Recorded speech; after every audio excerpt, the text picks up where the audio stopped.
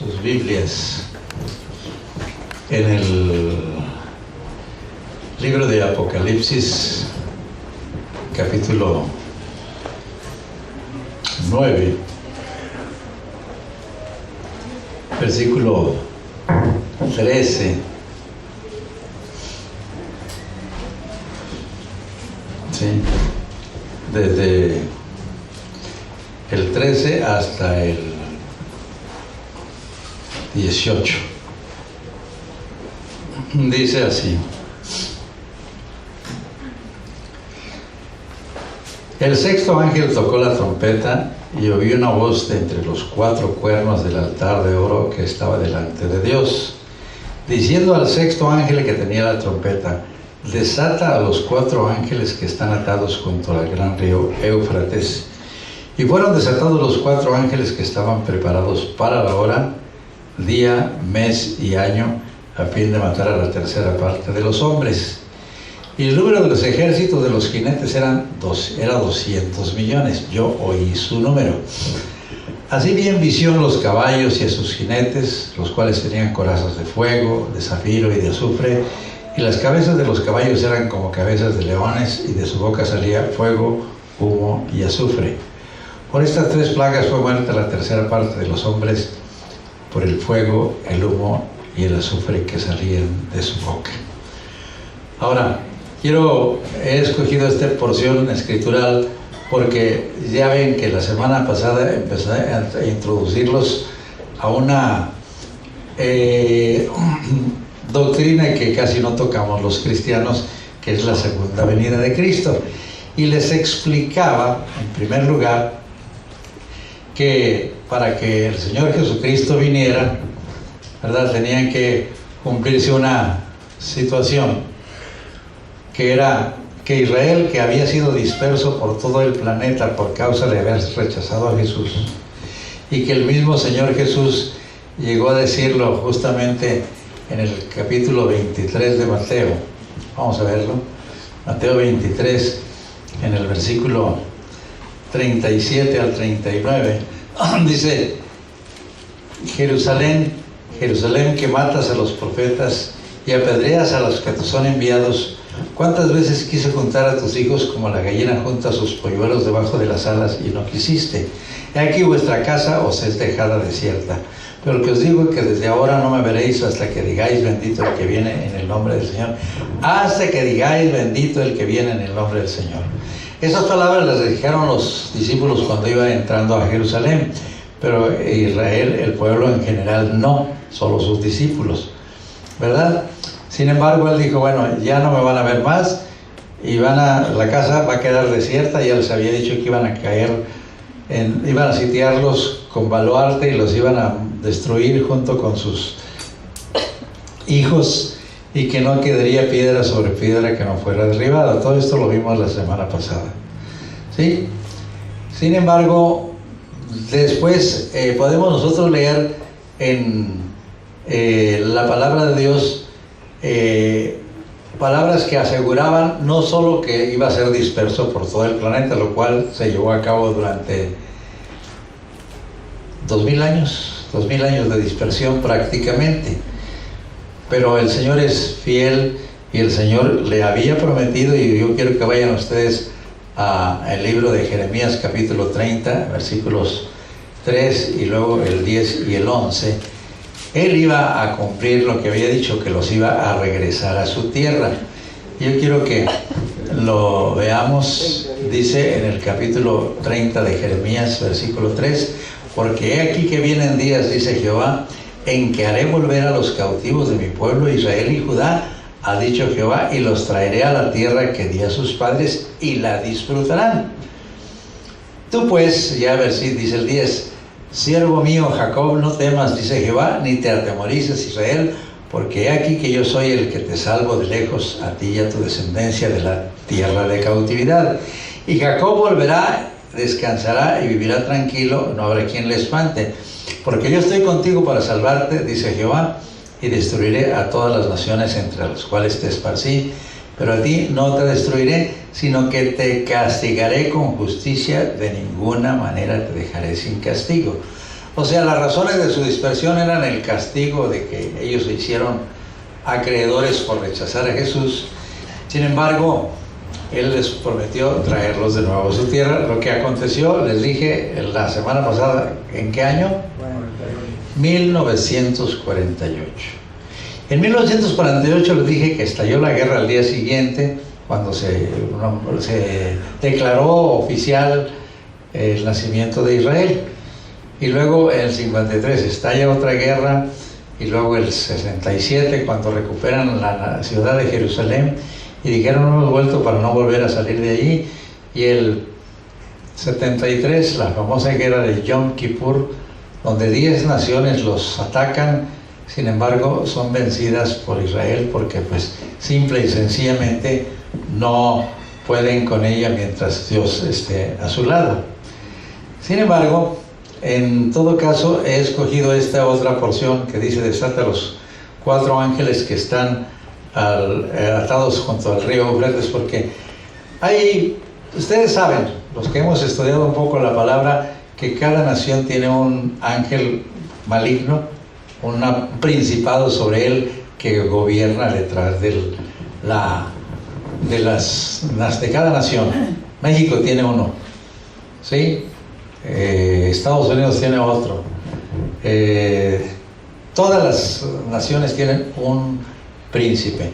Lo dice Daniel, usted puede leerlo. Daniel habla en el capítulo 10, versículos del 12 al 20, me gustaría que los vieran, para que vean que los ángeles combaten arriba con las potestades de los aires, mientras que aquí los ejércitos en la tierra combaten entre sí, pero sigue habiendo guerra espiritual en el cielo. Quiero que se vayan ustedes haciendo cargo de eso, porque ahorita la situación está muy, muy tremenda. Dice en el capítulo 10 de Daniel, en los versículos del 12 al 20, Daniel está orando y entonces Dios le manda un ángel y le dice, el ángel Gabriel: entonces me dijo, Daniel, no temas, porque desde el primer día que dispusiste tu corazón a entender y a humillarte en la presencia de tu Dios, fueron oídas tus palabras, y a causa de tus palabras yo he venido. Mas el príncipe del reino de Persia se me opuso durante 21 días. O sea, si usted entiende a veces que su oración no es contestada rápido, es porque el Señor no quiera contestarla, sino porque hay una interferencia espiritual en el aire, porque el enemigo está empeñado en que usted no reciba la respuesta de parte de Dios. No se le olvide, aquí el propio Daniel tenía 21 días de estar orando, y todos esos días hubo guerra en el aire para que el ángel Gabriel no llegara con el mensaje. Y luego le dice, como quiera, pero he aquí Miguel, uno de los principales príncipes, vino para ayudarme y quedé allí con los reyes de Persia. He venido para hacerte saber lo que ha de venir a tu pueblo en los postreros días, porque la visión es para esos días. Mientras me decía estas palabras, estaba yo con los ojos puestos en tierra y enmudecido, pero aquí uno con semejanza hijo de hombre tocó mis labios. Entonces abrí mi boca y hablé y dije al que estaba delante de mí: Señor mío, con la visión me han sobrevenido dolores y no me queda fuerza. ¿Cómo pues podrá el siervo de mi Señor hablar con mi Señor? Porque al instante me faltó la fuerza y no me quedó aliento. Y aquel que tenía semejanza de hombre me tocó otra vez y me fortaleció y me dijo: muy amado, no temas, la paz sea contigo, esfuérzate y aliéntate. Y mientras él me hablaba, recobré las fuerzas y dije: hable mi Señor, porque me has fortalecido. Él me dijo: ¿sabes por qué he venido a ti? Pues ahora tengo que volver para pelear contra el príncipe de Persia, y al terminar con él, el príncipe de Grecia vendrá. Pero yo te declararé lo que está escrito en el libro de la verdad, y ninguno me ayuda contra ellos sino Miguel, vuestro príncipe. O sea, hay una batalla espiritual en el cielo, ustedes saben, donde hay principados y potestades que el propio apóstol Pablo les dijo en Efesios capítulo 6, versículo 12: porque no tenemos lucha contra sangre ni carne, sino contra principados y potestades, contra gobernadores de las tinieblas, contra huestes espirituales de maldad en los lugares celestes. Entonces, cuando acabamos de leer, desata a los 4 ángeles que están atados junto al río Éufrates, quiere decir que hay 4 potestades que ahorita estaban impedidos de hacer algo contra el pueblo de Israel, porque simple y sencillamente Dios es el que tiene el control de las cosas. Pero al sonar la sexta trompeta son desatados los ángeles. Ahora, ¿quiénes son esos ángeles? Los principados de varias de las naciones que rodean a Israel. Yo tengo la idea de que uno de ellos es Egipto. Hace años, antes de la guerra del 67, el presidente de Egipto era entonces Gamal Abdel Nasser. Los que recuerdan en aquel tiempo, decía: vamos a ahogar en sangre a los israelitas, vamos a ahogar en su propia sangre. No hay más que echarlos fuera de su territorio y echarlos al mar. Esa era su intención. Luego, usted puede encontrar que más adelante Siria participa en la guerra de Yom Kippur y mete tantos tanques, muchos más tanques de guerra que hubo en la Segunda Guerra Mundial, juntos, todos los tanques de la Segunda Guerra Mundial. Aparte, hubo una llegada de 200 tanques de guerra por el lado de Egipto, mientras que Siria puso 1000 y tantos tanques. No pudieron tampoco con Israel, pero Siria está justamente en la zona del Éufrates. En tercer lugar tenemos otra nación que estuvo bombardeando a Israel en la guerra del Golfo Pérsico. Esa está justamente entre el Éufrates y el Tigris. ¿Cómo se llama? Irak. Y les mandó 39 misiles que no eran con carga nuclear, pero la intención era obligar a Israel que entrara a la guerra para que toda la comunidad árabe se echara en contra de Israel y entonces se desatara la última gran guerra, podríamos decir. No contestó Israel, solamente que cuando cayó el misil número 39 dijo: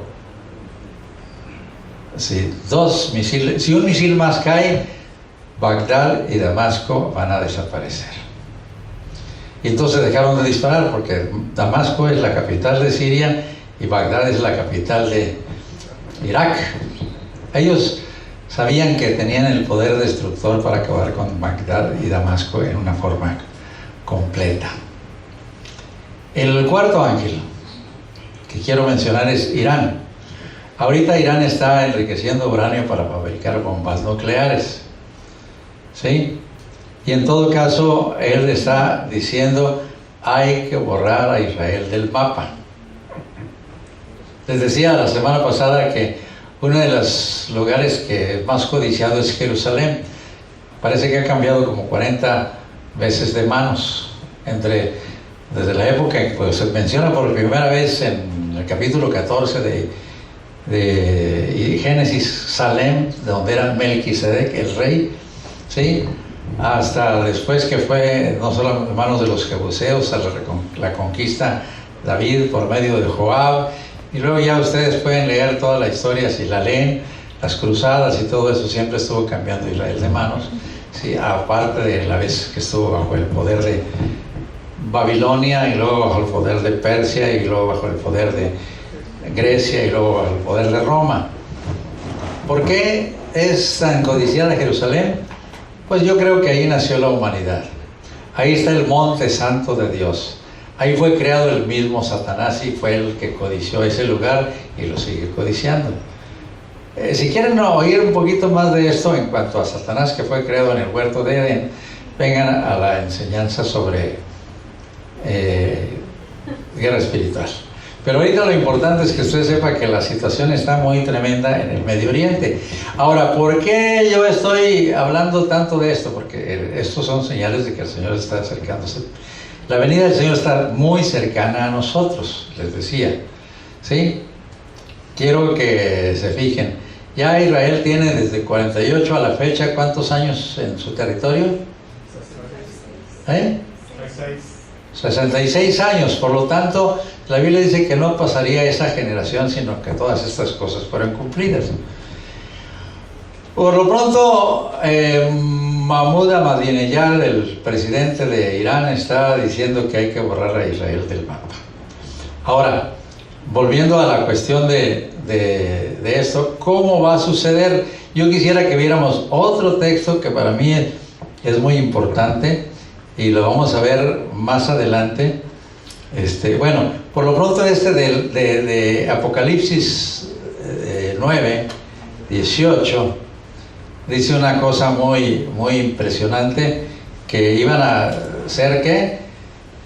Muertos, vamos a decir, la tercera parte de los hombres, y dice que por 3 plagas fue muerta la tercera parte de los hombres, por el fuego, el humo y el azufre que salía de la boca de los caballos, que dice ahí que eran, ¿verdad?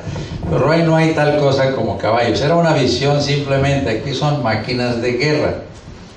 Ahora yo quisiera que recordáramos una cosa que es muy importante. Yo pocas veces traigo escrito, pero esto es lo que estoy pasando al Facebook para el que quiera leerlo. Sí, para el que quiera tenerlo y tenga está escrito todo eso. Y hay un texto, ¿verdad?, que también se encuentra en el capítulo, en el Apocalipsis 16, del 12 al 16, que también tiene que ver con un sexto ángel. ¿Sí?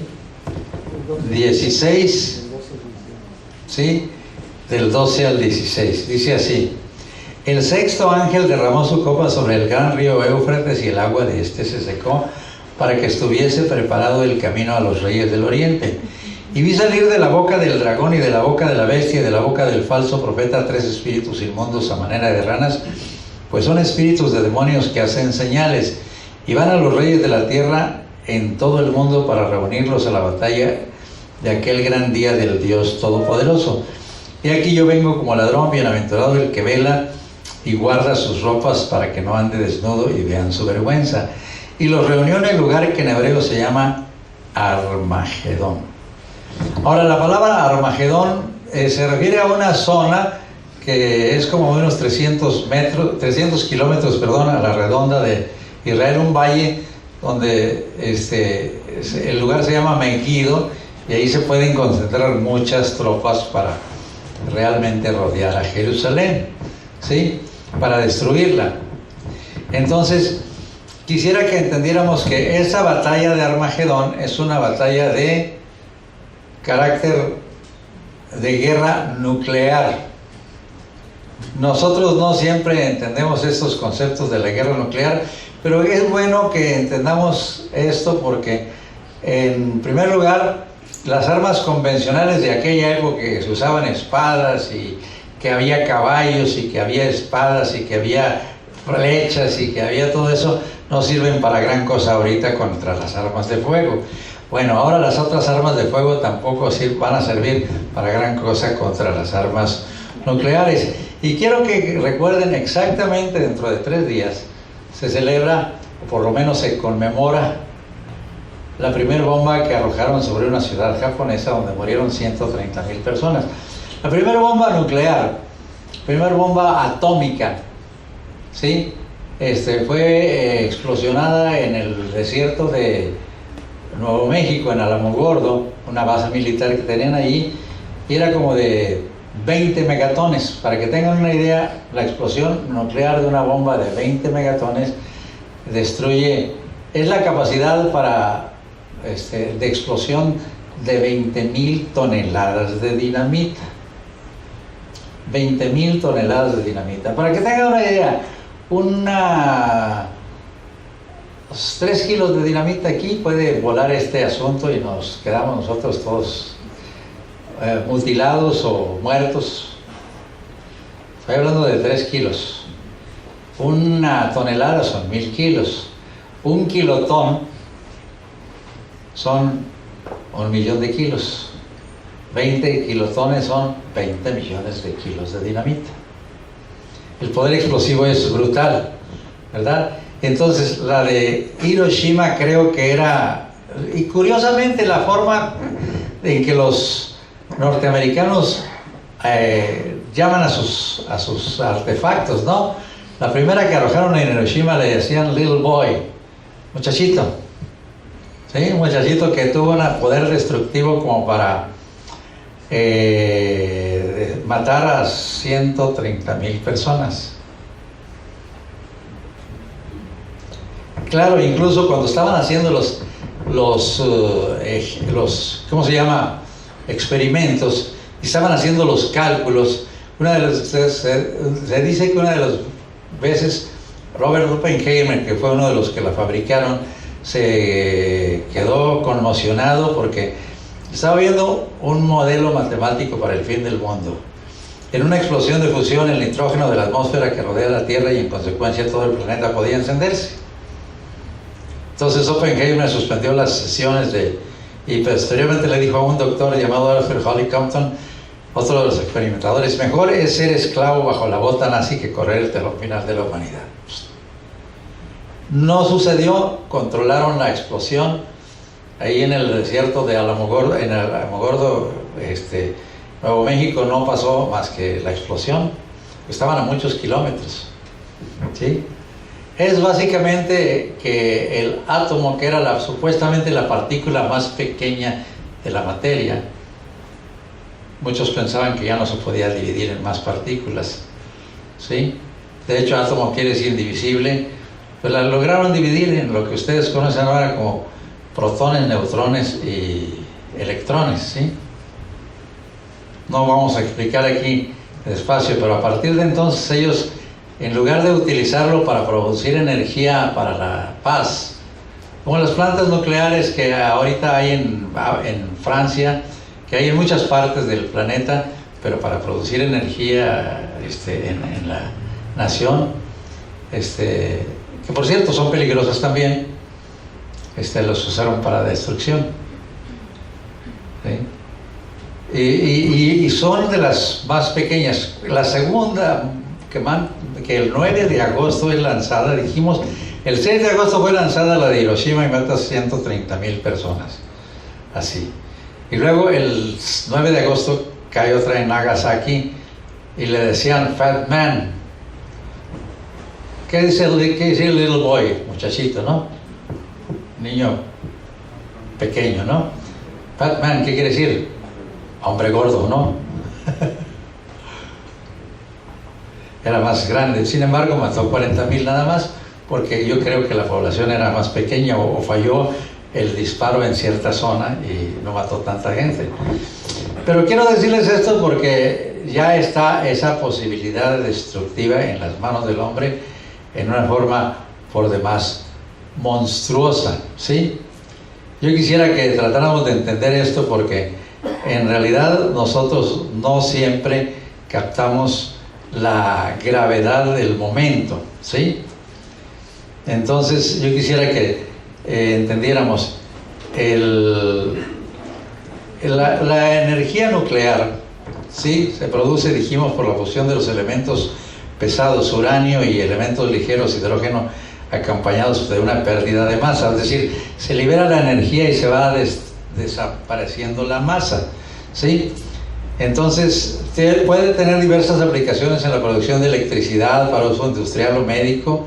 De hecho, hace tiempo estuvimos precisamente ahorita que hablamos de uso médico, en Tijuana hace algunos años, y nos llevaron al Hospital del Mar, y es de oncología, y nos dijeron, este es el Gamatrón, y tenemos aquí una cápsula de cobalto donde se hace la radioterapia.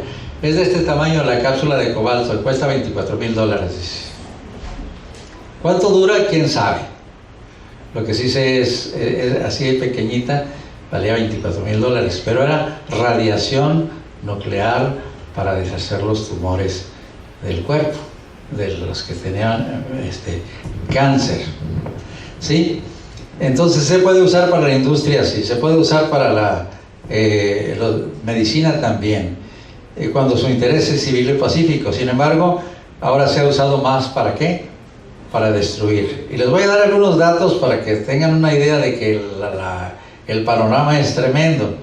Por ejemplo, tenemos una planta nuclear que explosionó hace ¿cuánto? Hace el 1986, Chernóbil. Ya hablamos de Chernóbil cuando hablamos de la cuarta trompeta, ¿verdad? O tercera trompeta. 10 años más tarde se calcula que entre 7,000 y 10,000 personas han fallecido a causa de la catástrofe. Más de 4 millones de personas viven en zonas contaminadas y las autoridades han pedido a la población que no tengan hijos porque la degeneración que produce. El índice de personas con leucemia y cáncer se ha triplicado y 100.000 kilómetros cuadrados de tierras están contaminadas con radionucleidos. Entre el material radiactivo está el cesio-137, cuya vida activa es de unos 300 años. Traigo muchos datos con respecto a lo que es en cada nación lo que tiene. No se los voy a dar. Pues en su momento, si me los piden, se los puedo copiar y entregar. Pero el arsenal que tienen todos los países equivale a 423.201 bombas similares a la de Hiroshima, nada más. Eso es lo que tienen en Estados Unidos, Francia, Israel, la India, Pakistán, ¿sí? Pero déjenme describirles lo que es los círculos de la muerte.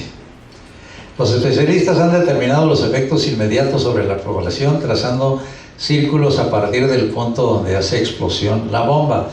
De hecho, se le llama hipocentro. Y imaginemos que aquí estalla una bomba de ese tipo. Por cierto, antes yo les decía, un kilotón equivale a ¿qué? 1000 toneladas de dinamita. 20 kilotones, 20.000 toneladas, no 20.000 kilos, 20.000 toneladas de dinamita. Ahora casi todas tienen la capacidad de un megatón, que son 1.000.000 de toneladas de dinamita. Entonces, los especialistas han determinado que los efectos a partir del punto donde hace explosión la bomba, el hipocentro. Suponiendo que la bomba tenga un megatón de potencia, que es el tamaño promedio de las armas nucleares actuales, o sea, 80 veces la potencia de la bomba de Hiroshima, que mató 130.000. El primer radio del primer círculo es 2,5 kilómetros de radio. ¿Cuánto tenemos? 2,5 kilómetros. ¿De aquí al río? Los de aquí al río son 1,5 kilómetros, ¿no? O menos. ¿Son 2 kilómetros hasta el río? Bueno, póngale un poquito más allá, llévese toda la independencia. Pero es en radio. ¿Para acá hasta cuándo llegaría? Más allá de Venustiano, no hombre, mucho más. Hasta la clínica. Hasta la clínica 25. ¿Para acá? ¿San Nicolás? Hasta Novalá. ¿Hasta allá Valle de Santiago? ¿Valle de Santo Domingo? ¿Para acá? ¿Hasta Guadalupe? ¿Más allá de Guadalupe? Bueno, nada más para que vean, el primer círculo dice: los cuerpos se convierten en cenizas y vientos de hasta 1.000 kilómetros por hora. Todos los cuerpos se convierten en cenizas. Radio del segundo círculo, 4.8 kilómetros de radio. Amplíe el radio, duplíquelo, casi, ¿no? 4.8. ¿Hasta dónde nos vamos? ¿Hasta Santa Catarina? ¿Toda la área metropolitana? Es el segundo círculo. ¿Sí? 50% de la población muere. Se funde el aluminio. Los vientos pueden lanzar a una persona de 80 kilos a 100 metros de distancia.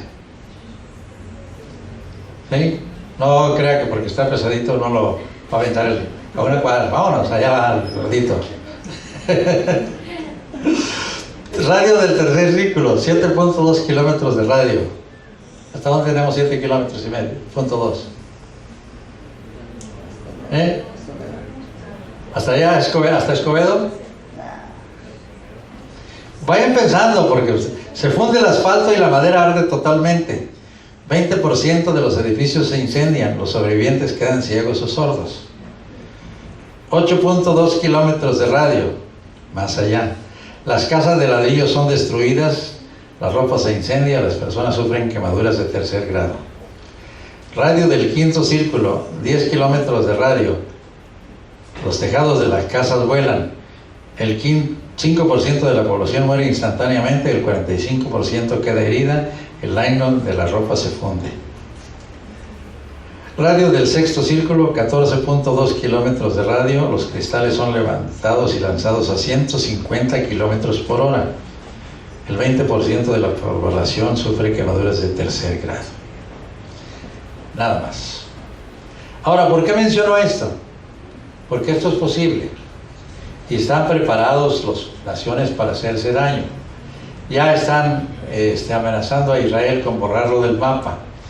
Ya están procurando simple y sencillamente bombardear, ahora sí con bombas de cabezas nucleares. Y tienen miles y miles de bombas todos los países armados con energía nuclear. Ahora, ¿cuáles son los efectos? Ya los viene profetizando la palabra de Dios. ¿Qué sucede cuando una bomba nuclear cae? Y es como se va a acabar precisamente el ambiente. Yo no puedo decir que el mundo, porque el Señor va a terminar ¿cómo se llama? Pesadilla en su manera. Recuerden lo que leímos de Pedro la semana pasada. Vamos a leerlo. Que decía que esto no se imaginaba uno que pudiera suceder, pero el segundo de Pedro dice en el capítulo 3: amados, esta es la segunda carta que os escribo, y en ambas despierto con exhortación vuestro limpio entendimiento, para que tengáis memoria de las palabras que antes han sido dichas por los santos profetas y del mandamiento del Señor y Salvador dado por vuestros apóstoles, sabiendo primero esto, que en los posteriores días vendrán burladores andando según sus propias concupiscencias. Decir, no hombre, eso ni siquiera puede suceder. Dice, diciendo, ¿dónde está la promesa de su advenimiento? Porque desde el día que los padres durmieron, todas las cosas permanecen así como desde el principio de la creación. Eso lo vimos la semana pasada. Estos ignoran voluntariamente que en el tiempo antiguo fueron hechos por la palabra de Dios los cielos y también la tierra que proviene del agua, y por el agua subsiste, por lo cual el mundo de entonces pereció anegado en agua. Pero los cielos y la tierra que existen ahora están reservadas por la misma palabra, guardadas para el fuego en el día del juicio y de la perdición de los hombres impíos. Mas, oh amados, no ignoréis esto, que para con el Señor un día es como 1000 años y 1000 años como un día. El Señor no retarda su promesa, algunos la tienen por tardanza, sino que es paciente para con nosotros, no queriendo que ninguno perezca, sino que todos procedan al arrepentimiento. Pero el día del Señor vendrá como ladrón en la noche, en el cual los cielos pasarán con gran estruendo, y los elementos ardiendo serán deshechos, y la tierra y las obras que en ella estáis serán quemadas. Que en ellas serán quemadas, puesto que estas cosas han de ser deshechas. ¿Cómo no debéis vosotros andar en santa y piadosa manera de vivir, esperando y apresurándoos para la venida del día de Dios, en el cual los cielos encendiéndose serán deshechos y los elementos siendo quemados se fundirán? Ahora quiero agregar otro texto que quiero que vean en Apocalipsis capítulo 6. ¿Sí? Y está muy interesante, porque nosotros otra vez vemos los textos y nos imaginamos las cosas de acuerdo al tiempo en que se fueron escritas, y resulta que se nos hacen, ¿qué? Imposibles estas, ¿no? Y dice justamente el capítulo 6, versículo 12: miré cuando abrió el sexto sello, y aquí hubo un gran terremoto, y el sol se puso negro como tela de silicio, y la luna se volvió toda como sangre. Hace poco que hubo un eclipse y se puso roja. Eso nada que ver. Se refiere a que el terremoto es la sacudida de la explosión. El momento en que se ponen los cielos negros es por el humo que se levanta de los incendios, y se forma una nube en forma de hongo, ¿sí? Y luego dice que las estrellas del cielo cayeron sobre la tierra como la higuera deja caer sus higos cuando es sacudida por un fuerte viento. ¿Ustedes creen que es así, que las estrellas cayeron? ¿Cómo lo puede conceptuar usted? Son los disparos de los proyectiles que vienen de arriba y caen y explosionan sobre la tierra. Y luego, ahorita están cayendo en Israel, y ahorita Israel está enviando también a la franja de Gaza proyectiles. No son tan destructivos como estos, pero de hecho va a llegar el momento en que tengan que usarlos. Dice, y todo monte, y el cielo se desvaneció como un pergamino que se enrolla. ¿Cómo se le llama a esto, los que han oído algo de las explosiones? Onda de choque, onda expansiva, ¿verdad? La atmósfera se va comprimiendo y va destruyendo todo a su paso, como que se va enrollando una cosa y aplasta todo lo que cae, pasa sobre su paso. Por eso decía vientos como de 1000 kilómetros por hora, así, aplasta y desintegra, ¿no? Pero además, ¿sí? Dice, y todo monte y toda isla se removió de su lugar. Yo no sé a ustedes qué les sugiera la palabra bikini. La playa, ¿verdad? Y chicas, ¿verdad? Por ahí luciéndose. No, bikini es el lugar donde se empezaron las explosiones nucleares, y en una zona que son islas volcánicas, ¿sí? Y son atolones, o sea, islas volcánicas, y así están aisladas en el mar. Entonces ahí hacían las pruebas de la primera bomba de hidrógeno en un atolón que se llamaba Enihuatok y otras en Bikini. Sencillamente la explosión realmente desapareció la isla, la pulverizó literalmente. Por eso dice, todo monte y toda isla se removió de su lugar. Por eso las personas que vean esto, dice, los reyes de la tierra y los grandes, los ricos, los capitanes, los poderosos, todo siervo y todo libre se escondieron en las cuevas y entre las peñas de los montes. No crean que es simplemente, voy a decir, me voy a meter en una cueva. Están fabricándolos. ¿Cómo les llaman? Búnkers. Ahora están haciendo bombas que penetran, de penetración profunda, hasta alcanzar lo más profundo, los llamados búnkers. ¿Cómo lo hacen? No lo sé, pero esas penetran, ¿sí? Entonces dice, van a decir, se escondieron en las cuevas y en las peñas de los montes, y decían a los montes y a las peñas, caed sobre nosotros y escondenos del rostro de aquel que está sentado sobre el trono y de la ira del Cordero, porque el gran día de su ira ha llegado, y ¿quién podrá sostenerse en pie? Por último, pensando en términos bíblicos, la Escritura describe los efectos justamente de lo que una bomba nuclear hace en las personas, una explosión nuclear. Vaya a Zacarías. Los que ya vieron conmigo esto, lo tomaron los viernes, lo tomaron también en la casa de la familia Martínez Navarro, no todos, porque no podrían estar siempre todos, pero quiero que se fijen lo que dice en el capítulo 14 del libro de Zacarías. Ahora, ¿llega el momento en que Jerusalén es tomada por los enemigos? Sí. La Biblia está bien clara. Van a capturar Jerusalén, que es la codicia de las naciones, porque los palestinos quieren ahí su ciudad capital. ¿Sí? Los judíos dicen que Jerusalén no es negociable. Entonces no pueden ceder ni un centímetro cuadrado de terreno.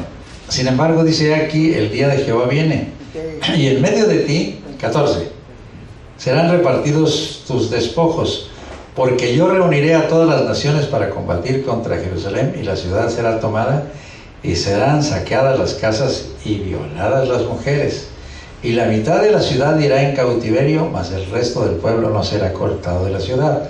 O sea, van a saquearla y van a abusar de muchas mujeres, y se van a llevar a la mitad de la población. Pero dice, después saldrá Jehová y peleará con aquellas naciones como peleó en el día de la batalla. ¿Quién? ¿Quién es el que viene? Nuestro Señor. Saldrá Jehová. Y se firmarán sus pies en aquel día sobre el monte de los olivos que está enfrente de Jerusalén al oriente. Y el monte de los olivos se partirá por en medio hacia el oriente y hacia el occidente, haciendo un valle muy grande, y la mitad del monte se apartará hacia el norte y la otra mitad hacia el sur. Y huiréis al valle de los montes, porque el valle de los montes llegará hasta Asal. Huiréis de la manera que huisteis por causa del terremoto en los días de Usías, rey de Judá. Y vendrá Jehová mi Dios, y con él todos los santos.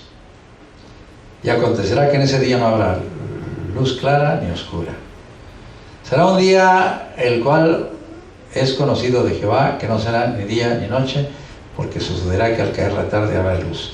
Y no voy a leer lo demás, solamente quiero que vean lo que va a suceder en el versículo 12. Esta será la plaga con que herirá Jehová a todos los pueblos que pelearon contra Jerusalén. La carne de ellos se corromperá estando ellos sobre sus pies, y se consumirán en las cuencas sus ojos, y la lengua se les besará en la boca.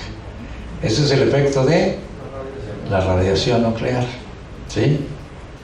Y acontecerá en aquel día que habrá entre ellos gran pánico enviado por Jehová, y trabará cada uno de la mano de su compañero, y levantará su mano contra la mano de su compañero. La idea es que Jerusalén va a estar rodeada, pero los disparos van a dar del otro lado, donde están los ejércitos que están rodeando la ciudad, y entonces ellos se van a masacrar solitos. Eso sucedió hace rato, hace tiempo, en Jerusalén, cuando las trataron de conquistar Moab, Amón y Edom.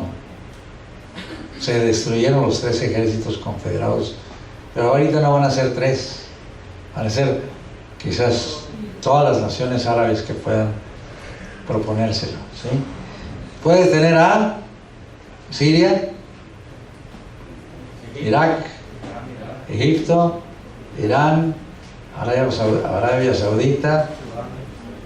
Casi todos los países musulmanes pueden involucrarse en eso.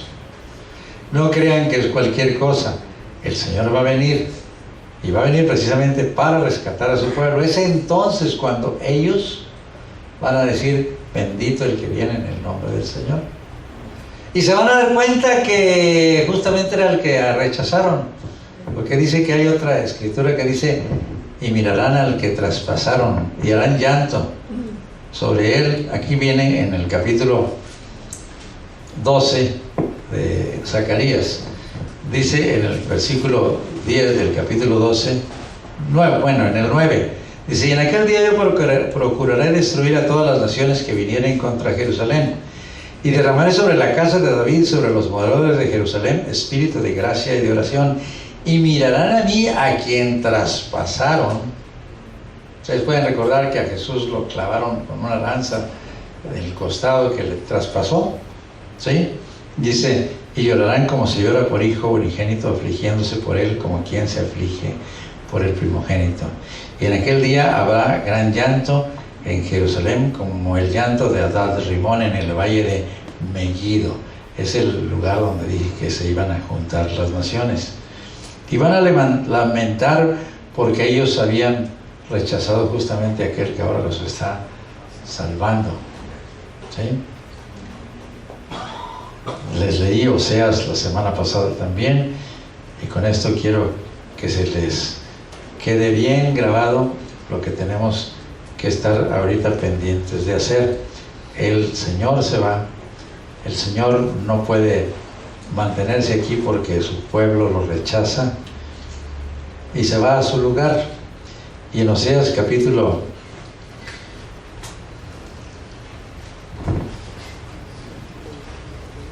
6, en el 5, esto también lo leímos la semana pasada, pero quiero que se lo graben. Dice: porque yo seré como león a Efraín, o sea, a Israel, y como cachorro de león a la casa de Judá, a los judíos. Yo arrebataré y me iré, y tomaré y no habrá quien liberte. Fue cuando fue destruida Jerusalén en la época de Tito, el emperador romano. Andaré y volveré a mi lugar, como él había dicho, que se iba a ir, hasta que reconozcan su pecado y busquen mi rostro. En su angustia me buscarán. Venid y volvamos a Jehová, porque él arrebató y nos curará, hirió y nos vendará, nos dará vida después de 2 días, en el tercer día nos resucitará y viviremos delante de él. Y conoceremos, sí, pero que seguiremos en conocer a Jehová, como el alba está dispuesta su salida, y vendrá a nosotros como la lluvia tardía y temprana a la tierra. Fíjense bien, nos dará vida después de 2 días. Moisés había dicho: para el Señor un día es como 1000 años, y 1000 años como un día. ¿Cuánto tiempo ha transcurrido desde que el Señor se fue? Ahora que va. 2 días, 2000 años. Entonces es el tercer día. Y llevamos del tercer día, ¿cuántos años? 14. Yo diría que realmente 18, porque hay un error de cálculo en los años. Bueno, váyase preparando, vaya pensando en la necesidad, como les decía, de rescatar a cuantos pueda, de evitar que muchos tengan que pasar a la eternidad sin conocer al Señor. Con eso quiero concluir. Ayer me tocó ministrar a una familia que viene de Dallas, donde los miembros de la casa, aparentemente como cristianos, se agarran a golpes queriéndose matarse el uno al otro. Y el varón que tiene 20 años coge a la pequeñita de 13 y la avienta y la golpea dice que él para defenderse, pero se va a defender de una niña de 13 años, él que es un hombre que tiene corpulencia de jugador de fútbol americano, y la maltrata porque ¿por qué se va a dejar, no? Y ella obviamente tiene algunos detalles que están bastante mal por su agresividad, pero menciono esto porque somos la familia de Dios y nosotros tenemos que aprender que el Señor nos llamó ¿para qué? Para ser como Jesús, y en todo caso para amar a nuestro prójimo en todos sentidos, no solo a los de la casa, sino aún a nuestros ¿qué? A nuestros propios enemigos. Y que en todo caso también la llamada Gran Comisión es para ir a ser discípulos de todas las naciones y para rescatarlos del peligro y de la condenación. Con esto quiero concluir. Tenemos hoy comunión y vamos a participar de ella. Vamos a prepararnos para eso. La semana que viene ya veremos lo que sigue. Vamos a pasar los ministros.